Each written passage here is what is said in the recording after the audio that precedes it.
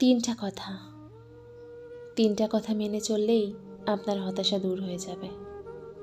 হ্যাঁ, মাত্র তিনটা কথা মেনে চললেই আপনার হতাশা দূর হয়ে যাবে।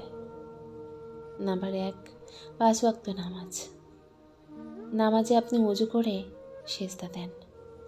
ইনশাআল্লাহ আপনার মনে প্রশান্তি চলে আসবে।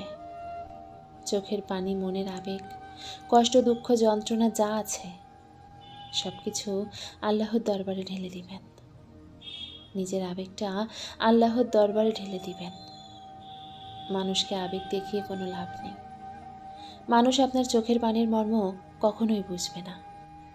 হ্যাঁ, মানুষ কখনোই আপনার চোখের পানির মর্ম বুঝবে না।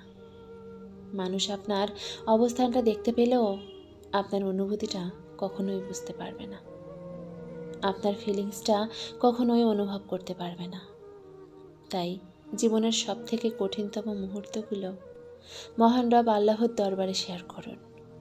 দেখবেন মনে অনেকটা শান্তি অনুভব করতে পারবেন। নাম্বার 2, কোরআন তেলাওয়াত। যে নিয়মিত কোরআন তেলাওয়াত করবে তার মনের মধ্যে হতাশা, ভীরুতা, কাপুরুষতা এগুলো কিছুই আসবে না ইনশাল্লাহ। আমি গ্যারান্টি দিচ্ছি আপনাকে, হতাশা আসবে না আপনার মনের ভেতরে যদি আপনি কোরআন বুঝতে পারেন। কোরআনের মধ্যে একবার মন থেকে মনোনিবেশ করতে পারলে আপনি দুনিয়ার সকল খারাপ কিছু ভুলে যাবেন।